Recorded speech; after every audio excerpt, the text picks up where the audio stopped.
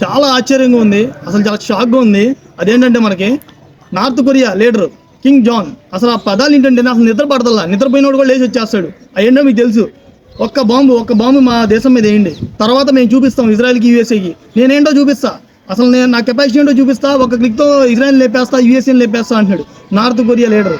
అసలు ఆ మాటలకి షాక్ అయిపోతున్నాం. వాళ్ళ కూతురికి ఇస్తున్నాడు మాట ఈరోజు. ఏంటంటే అది ఈ 2 రోజుల్లో ఒక బాంబు కానీ, ఒక చిన్న బాంబు కానీ, ఒక చిన్న దాడి కానీ నార్త్ కొరియా మీద జరిగితే, ఫర్ ఎగ్జాంపుల్ జరిగితే, అమెరికాలో ఉన్న వైట్ హౌస్ని వాళ్ళ కూతురికి గిఫ్ట్గా ఇస్తా అంటున్నాడు. అసలు ఆ స్వాగ్కి, ఆ మాటలకి అసలు షాక్లో ఉన్నాం అందరూ. ఈ నార్త్ కొరియా లీడర్ ఎంతైనా యూఎస్ఏకి కానీ ఇజ్రాయెల్కి కానీ ఎక్కడ లొంగలేదు. వీళ్ళు మాత్రం ఎందుకు నార్త్ కొరియా జోలికి వెళ్ళట్లేదు, ఈ టాపిక్ నేను చెప్తా. ఎందుకంటే నార్త్ కొరియా దగ్గర అణుబాంబు ఉంది, న్యూక్లియర్ వెపన్ ఉంది.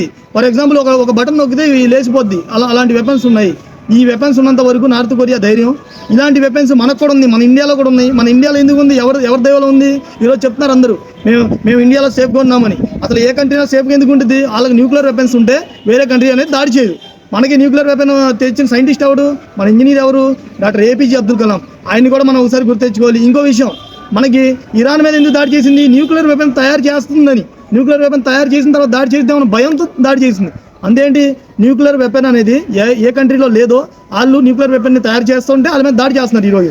మనకి ఆ రోజుల్లో అబ్దుల్ కలాం గారు ఉన్నప్పుడు న్యూక్లియర్ వెపన్ ఉంది, ఇందిరాగాంధీ సపోర్ట్ చేశారు, బాగా ప్రోత్సహించారు.